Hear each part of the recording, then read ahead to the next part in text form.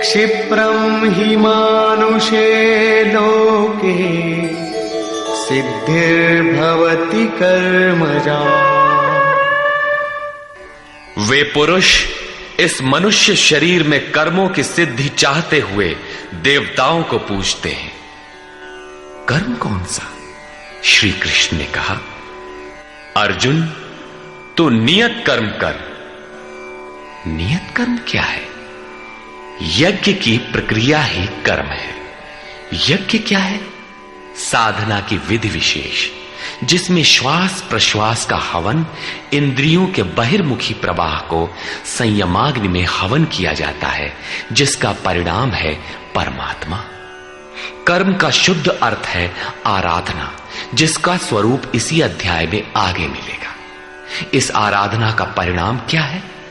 संसिद्धिम, परम सिद्धि परमात्मा, यान्ति ब्रह्म सनातनम, शाश्वत ब्रह्म में प्रवेश, परम नैष्कर्म्य की स्थिति। श्री कृष्ण कहते हैं, मेरे अनुसार बरतने वाले लोग इस मनुष्य लोक में कर्म के परिणाम परम नैष्कर्म्य सिद्धि के लिए देवताओं को पूजते हैं, अर्थात दैवी संपत्ति को बलवती बनाते हैं। तीसरे अध्याय में उन्होंने बताया था कि इस यज्ञ द्वारा तुम देवताओं की वृद्धि करो, दैवी संपद को बलवती बनाओ। ज्यों ज्यों हृदय देश में वो दैवी संपद उन्नत होगी, त्यों ही त्यों तुम्हारी उन्नति होगी। इस प्रकार परस्पर उन्नति करते हुए परम श्रेय को प्राप्त हो जाओ। अंत तक उन्नति करते जाने की ये अंतःक्रिया है। इसी पर बल देते हुए श्री कृष्ण कहते हैं कि मेरे अनुकूल बरतने वाले लोग इस मनुष्य शरीर में कर्मों की सिद्धि चाहते हुए दैवी संपत्ति को बलवती बनाते हैं, जिससे वो नैष्कर्म्य सिद्धि शीघ्र ही होती है। वो असफल नहीं होती, सफल ही होती है। शीघ्र का तात्पर्य क्या कर्म में प्रवृत्ति होते ही तत्क्षण ये परम सिद्धि मिल जाती है? श्री कृष्ण कहते हैं, नहीं, इस सोपान पर क्रमशः चढ़ने का विधान है। कोई छलांग लगाकर भावातीत ध्यान जैसा चमत्कार नहीं होता। इस पर देखें, चातुर्वर्ण्यं मया सृष्टं गुणकर्म विभागशः तस्य कर्तारमपि मां विद्य कर्तारमव्ययम्। अर्जुन, चातुर्वर्ण्यम मया सृष्टम, 4 वर्णों की रचना मैंने की। तो क्या मनुष्यों को 4 भागों में बांट दिया? श्री कृष्ण कहते हैं, नहीं, गुण कर्म विभागशः, गुणों के माध्यम से कर्म को 4 भागों में बांटा।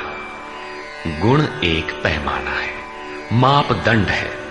तामसी गुण होगा तो आलस्य, निद्रा, प्रमाद, कर्म में न प्रवृत्त होने का स्वभाव, जानते हुए भी अकर्तव्य से निवृत्ति न हो पाने की विवशता रहेगी। ऐसी अवस्था में साधन आरंभ कैसे करें? 2 घंटे आप आराधना में बैठते हैं, इस कर्म के लिए प्रयत्नशील होना चाहते हैं, किंतु 10 मिनट भी अपने पक्ष में नहीं पाते। शरीर अवश्य बैठा है, लेकिन जिस मन को बैठना चाहिए वो हवा से बातें कर रहा है, कुतर्कों का जाल बुन रहा है, तरंग पर तरंग छाई है। तो आप बैठे क्यों हैं? समय क्यों नष्ट करते हैं? उस समय केवल परिचर्यात्मकम कर्म शूद्रस्यापि स्वभावजम, जो महापुरुष अव्यक्त की स्थिति वाले हैं, अविनाशी तत्व में स्थित हैं, उनकी तथा इस पथ पर अग्रसर अपने से उन्नत लोगों की सेवा में लग जाओ। इससे दूषित संस्कार शमन होते जाएंगे, साधना में प्रवेश दिलाने वाले संस्कार सबल होते जाएंगे। क्रमशः तामसी गुण न्यून होने पर राजसी गुणों की प्रधानता तथा सात्विक गुण के स्वल्प संचार के साथ साधक की क्षमता वैश्य श्रेणी की हो जाती है। उस समय वही साधक इंद्रिय संयम, आत्मिक संपत्ति का संग्रह स्वभावतः करने लगेगा। कर्म करते करते उसी साधक में सात्विक गुणों का बाहुल्य हो जाएगा, राजसी गुण कम रह जाएंगे तामसी गुण शांत रहेंगे। उस समय वही साधक क्षत्रिय श्रेणी में प्रवेश पालेगा। शौर्य, कर्म में प्रवृत्त रहने की क्षमता, पीछे न हटने का स्वभाव, सब भावों पर स्वामी भाव, प्रकृति के तीनों गुणों को काटने की क्षमता उसके स्वभाव में ढल जाएगी।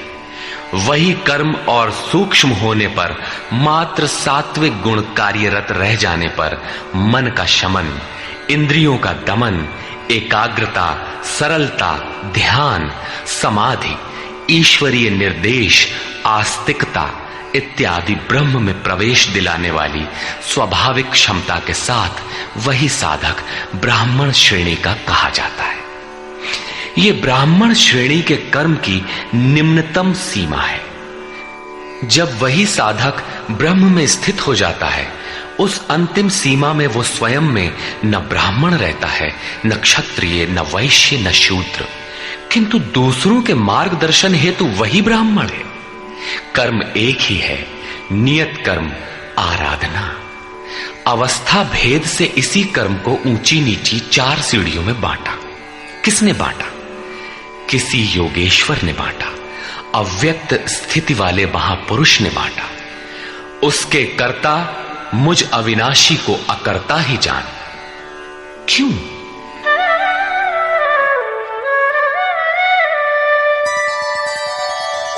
न मां कर्माणि लिम्पन्ति न मे कर्मफले स्पृहा इति मां योऽभिजानाति कर्मभिर्न स बध्यते। क्योंकि कर्मों के फल में मेरी स्पृहा नहीं है। कर्मों का फल क्या है?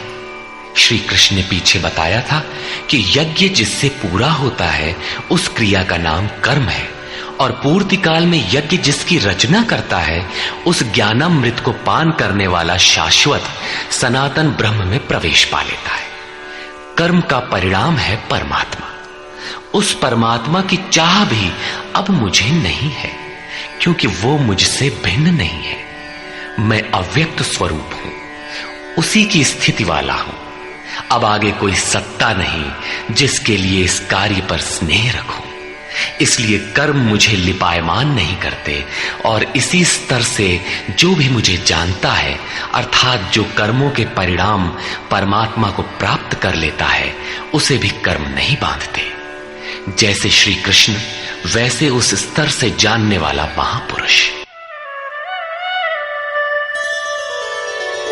एवं ज्ञात्वा कृतं कर्म पूर्वैरपि मुमुक्षुभिः कुरु कर्मैव तस्मात् त्वं पूर्वैः पूर्वतरं कृतम्।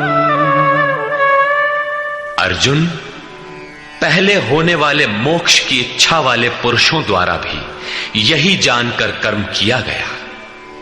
क्या जानकर? यही कि जब कर्मों का परिणाम परमात्मा भिन्न न रह जाए, कर्मों के परिणाम परमात्मा की स्पृहा न रह जाने पर उस पुरुष को कर्म नहीं बांधते। श्री कृष्ण इसी स्थिति वाले हैं, इसलिए वे कर्म से लिपायमान नहीं होते, और उसी स्तर से हम जान लेंगे तो हमें भी कर्म नहीं बांधेगा। जैसा श्री कृष्ण, ठीक उसी स्तर से जो भी जान लेगा, वैसा ही वो पुरुष भी कर्म बंधन से मुक्त हो जाएगा। अब श्री कृष्ण भगवान, महात्मा, अव्यक्त, योगेश्वर या महायोगेश्वर जो भी रहे हों, वो स्वरूप सबके लिए है। यही समझकर पहले के मुमुक्षु पुरुषों ने, मोक्ष की इच्छा वाले पुरुषों ने कर्म पर कदम रखा। इसलिए अर्जुन, तू भी पूर्वजों द्वारा सदा से किए हुए इसी कर्म को कर। यही कल्याण का एकमात्र मार्ग है।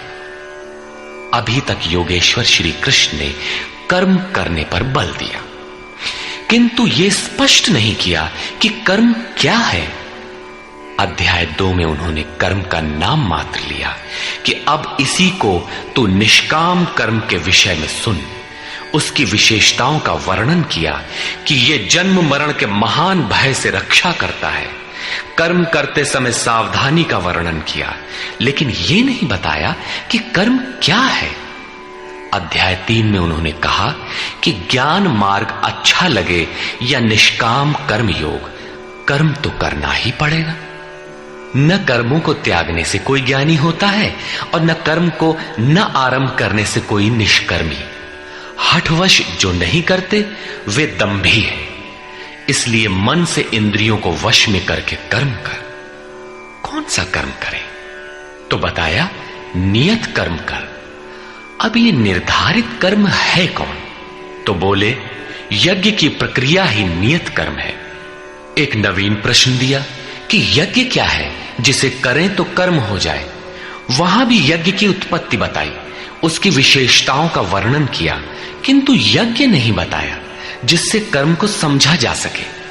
अभी तक यह स्पष्ट नहीं हुआ कि कर्म क्या है। अब कहते हैं कि अर्जुन, कर्म क्या है, अकर्म क्या है, इस विषय में बड़े बड़े विद्वान भी मोहित हैं। उसे भली प्रकार समझ लेना चाहिए। किं कर्म किमकर्मेति कवयोऽप्यत्र मोहिताः तत्ते कर्म प्रवक्ष्यामि यज्ञात्वा मोक्ष्यसे शुभाम्। कर्म क्या है और अकर्म क्या है, इस विषय में बुद्धिमान पुरुष भी मोहित हैं।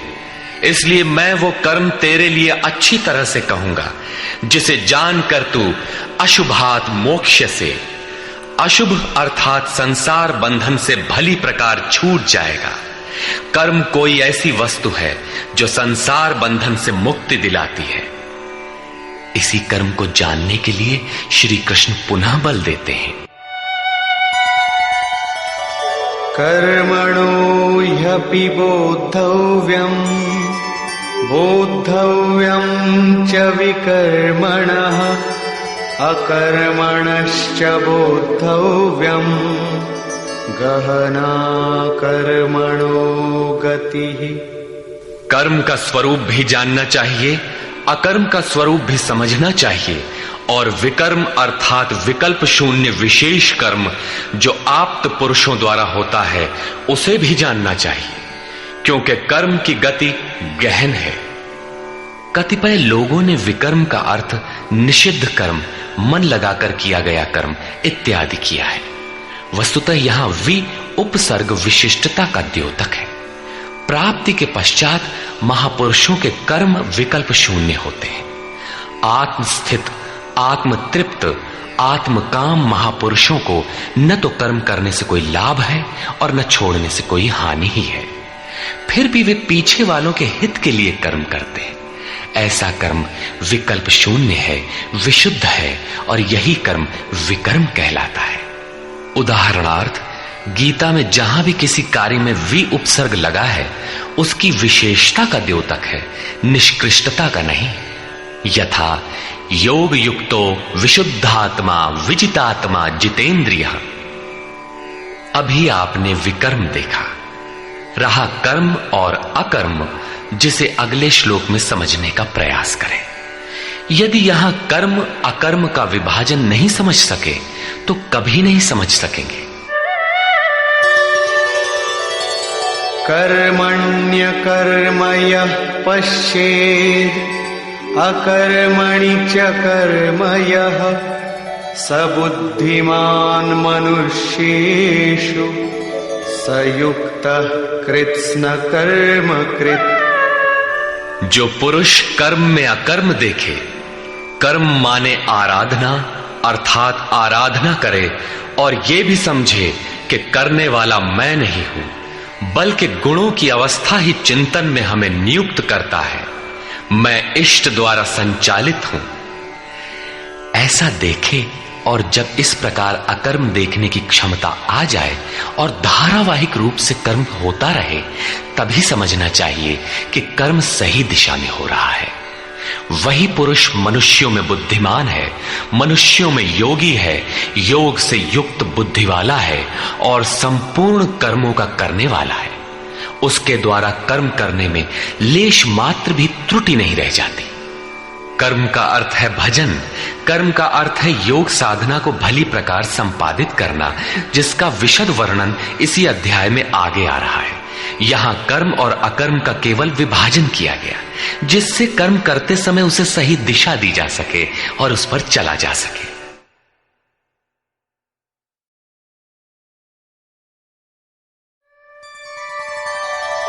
यस्य सर्वे समारंभाः कामसंकल्पवर्जिताः ज्ञानाग्निदग्धकर्माणम् तमाहुः पंडितं बुधाः।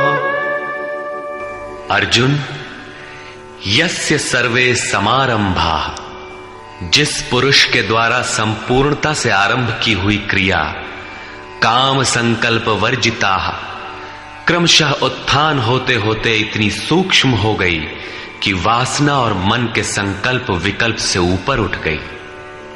कामना और संकल्पों का निरोध होना मन की विजेतावस्था है।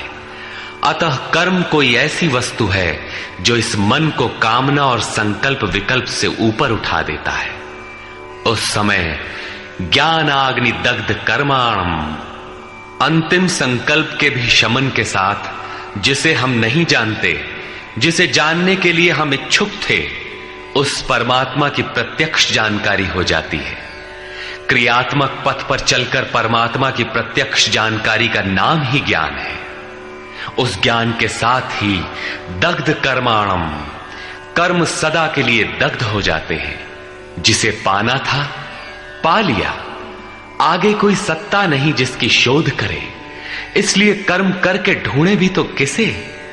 उस जानकारी के साथ कर्म की आवश्यकता समाप्त हो जाती है। ऐसी स्थिति वालों को ही बोध स्वरूप महापुरुषों ने पंडित कहकर संबोधित किया है। उनकी जानकारी पूर्ण है। ऐसी स्थिति वाला महापुरुष करता क्या है, रहता कैसे है, उसकी रहनी पर प्रकाश डालते हैं। त्यक्त्वा कर्मफलासंगम् नित्यतृप्तो निराश्रयः कर्मण्यभिप्रवृत्तोऽपि नैव किंचित् करोति सः। अर्जुन, वह पुरुष सांसारिक आश्रय से रहित होकर नित्य वस्तु परमात्मा में ही तृप्त रहकर कर्मों के फल परमात्मा की आसक्ति को भी त्याग कर कर्म में अच्छी प्रकार बरतता हुआ भी कुछ नहीं करता।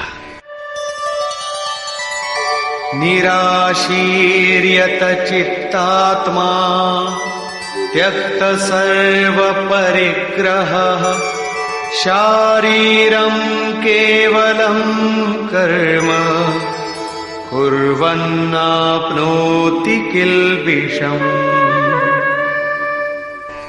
जिसने अंतःकरण और शरीर को जीत लिया है, भोगों की संपूर्ण सामग्री जिसने त्याग दी है, ऐसे आशा रहित पुरुष का शरीर केवल कर्म करता दिखाई भर पड़ता है।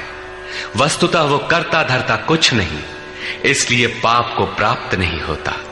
वो पूर्णत्व को प्राप्त है, इसलिए आवागमन को प्राप्त नहीं होता।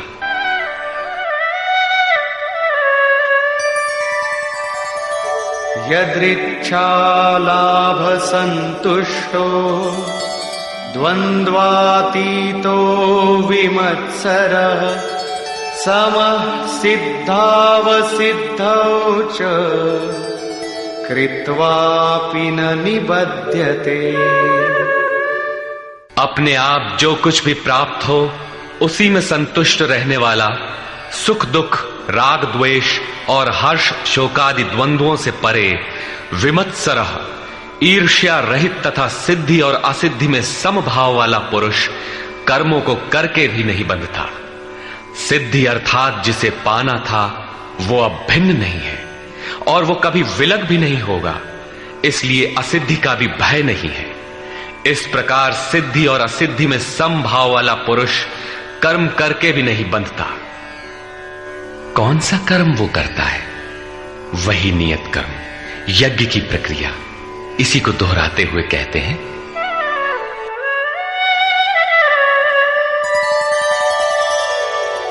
गतसंगस्य मुक्तस्य ज्ञानावस्थितचेतसः यज्ञायाचरतः कर्म समग्रं प्रविलीयते। अर्जुन, यज्ञायाचरतः कर्म, यज्ञ का आचरण ही कर्म है और साक्षात्कार का नाम ही ज्ञान है। इस यज्ञ का आचरण करके साक्षात्कार के साथ ज्ञान में स्थित संग दोष और आसक्ति से रहित मुक्त पुरुष के संपूर्ण कर्म भली प्रकार विलीन हो जाते हैं। वे कर्म कोई परिणाम उत्पन्न नहीं कर पाते, क्योंकि कर्मों का फल परमात्मा उनसे भिन्न नहीं रह गया। अब फल में कौन सा फल लगेगा? इसलिए उन मुक्त पुरुषों को अपने लिए कर्म करने की आवश्यकता समाप्त हो जाती है। फिर भी लोक संग्रह के लिए वे कर्म करते ही हैं, और करते हुए भी वे इन कर्मों से लिप्त नहीं होते। जब करते हैं तो लिप्त क्यों नहीं होते? इस पर कहते हैं, ब्रह्मार्पणं ब्रह्महविः ब्रह्माग्नौ ब्रह्मणाहुतं ब्रह्मैव तेन गन्तव्यं ब्रह्म कर्म समाधिना। ऐसे मुक्त पुरुष का समर्पण ब्रह्म है, हवि ब्रह्म है, अग्नि भी ब्रह्म ही है। अर्थात ब्रह्म रूप अग्नि में ब्रह्म रूपी कर्ता द्वारा जो हवन किया जाता है वो भी ब्रह्म है। ब्रह्म कर्म समाधिना, जिसके कर्म ब्रह्म का स्पर्श करके समाधिस्थ हो चुके हैं, उसमें विलय हो चुके हैं, ऐसे महापुरुष के लिए जो प्राप्त होने योग्य है वो भी ब्रह्म ही है। वो कर्ता धर्ता कुछ नहीं, केवल लोक संग्रह के लिए कर्म में बरतता है। ये तो प्राप्ति वाले महापुरुष के लक्षण हैं, किंतु कर्म में प्रवेश लेने वाले प्रारंभिक साधक कौन सा यज्ञ करते हैं? अब यहां उसी यज्ञ को स्पष्ट करते हैं।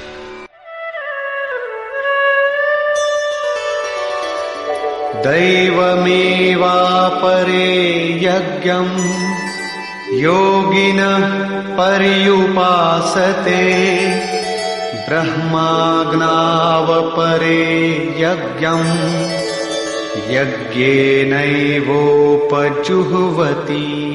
गत श्लोक में योगेश्वर श्री कृष्ण ने परमात्म स्थित महापुरुषों के यज्ञ का निरूपण किया, किंतु दूसरे योगी जो अभी उस तत्व में स्थित नहीं हुए हैं, क्रिया में प्रवेश करने वाले हैं, वे आरंभ कहां से करें? इस पर कहते हैं कि दूसरे योगी लोग दैवम यज्ञम अर्थात दैवी संपद को अपने हृदय में बलवती बनाते हैं, जिसके लिए ब्रह्मा का निर्देश था कि इस यज्ञ द्वारा तुम लोग देवताओं की उन्नति करो। ज्यों ज्यों हृदय देश में दैवी संपद अर्जित होगी, वही तुम्हारी प्रगति होगी और क्रमशः परस्पर उन्नति करके परम श्रेय को प्राप्त करो। दैवी संपद को हृदय देश में बलवती बनाना प्रवेशिका श्रेणी के योगियों का यज्ञ है।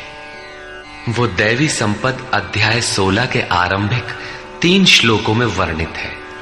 जो हैं तो सब में केवल महत्वपूर्ण कर्तव्य समझकर उनकी जागृति करें, उनमें लगे। इन्हीं को इंगित करते हुए योगेश्वर ने कहा कि अर्जुन, तू शोक मत कर, क्योंकि तू दैवी संपद को प्राप्त हुआ है। तू मुझ में निवास करेगा, मेरे ही शाश्वत स्वरूप को प्राप्त करेगा, क्योंकि ये दैवी संपद परम कल्याण के लिए ही है। और इसके विपरीत आसुरी संपद नीच और अधम योनियों का कारण है। इसी आसुरी संपद का हवन होने लगता है, इसलिए ये यज्ञ है और यहीं से यज्ञ का आरंभ है।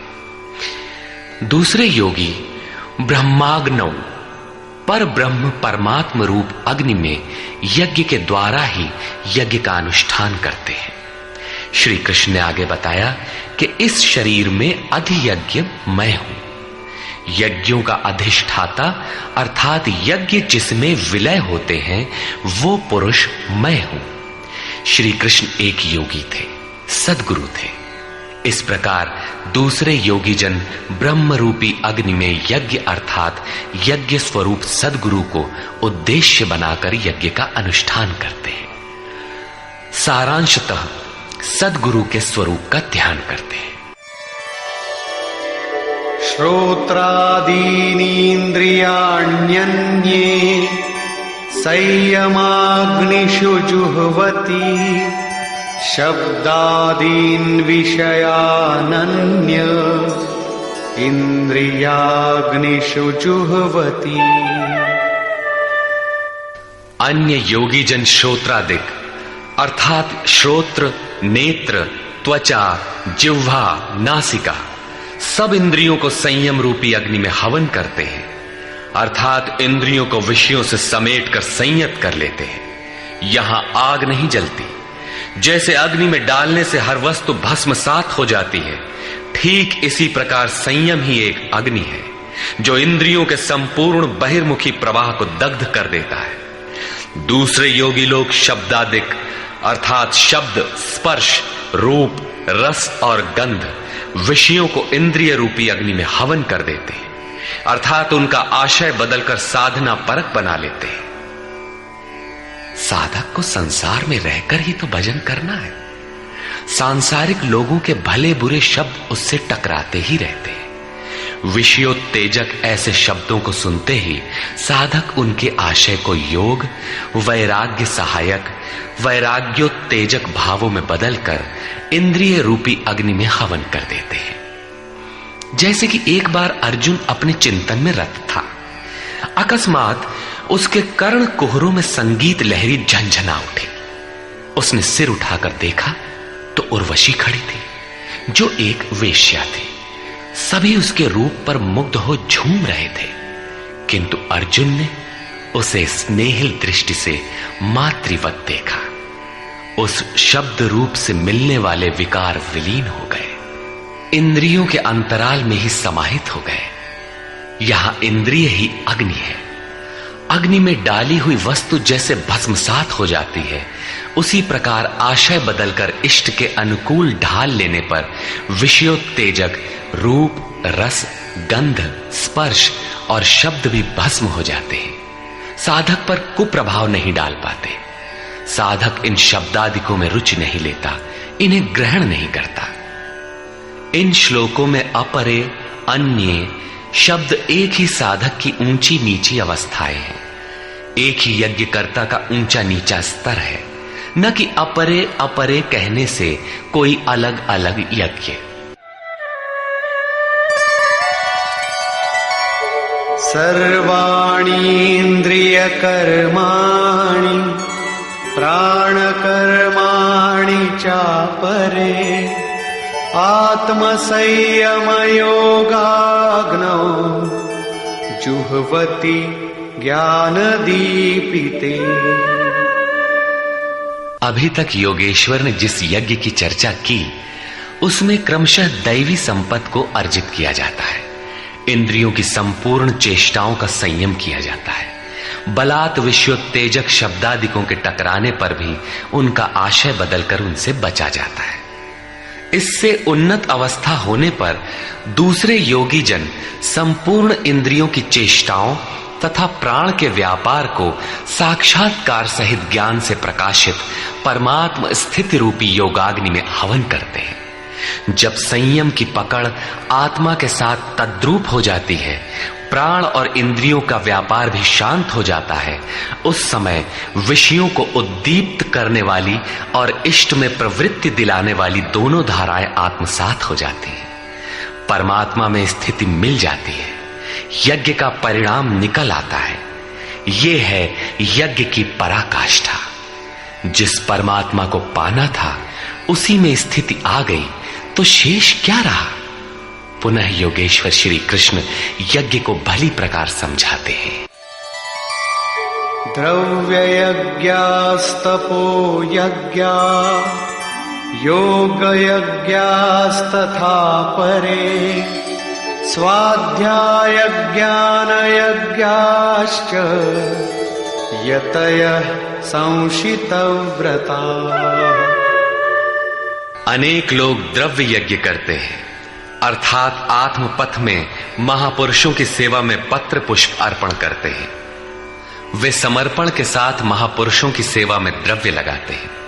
श्री कृष्ण आगे कहते हैं कि भक्ति भाव से पत्र पुष्प फल जल जो कुछ भी मुझे देता है उसे मैं खाता हूं और उसका परम कल्याण सृजन करने वाला होता हूं। यह भी यज्ञ ही है।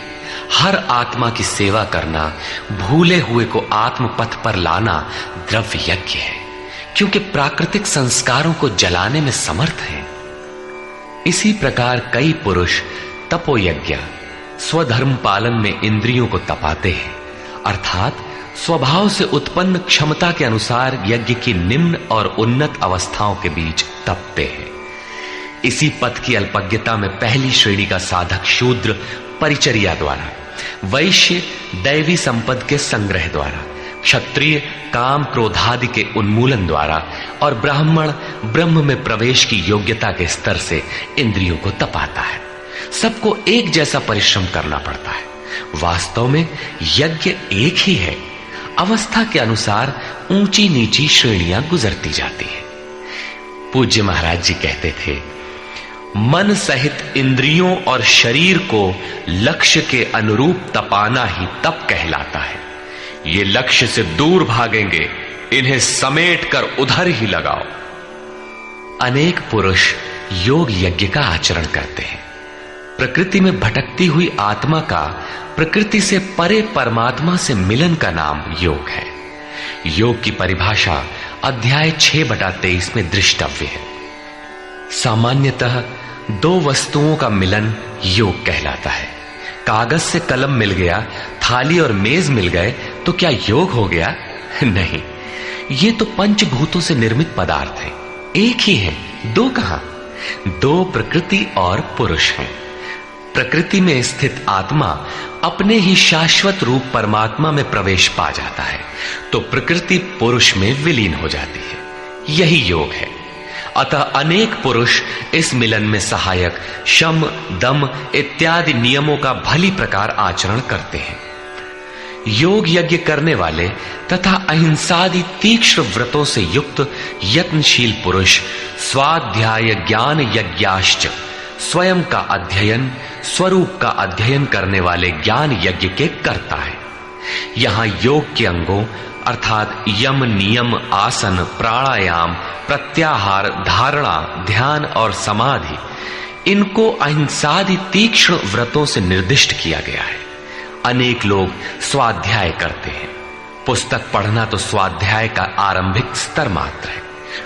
विशुद्ध स्वाध्याय है स्वयं का अध्ययन, जिससे स्वस्वरूप की उपलब्धि होती है, जिसका परिणाम है ज्ञान अर्थात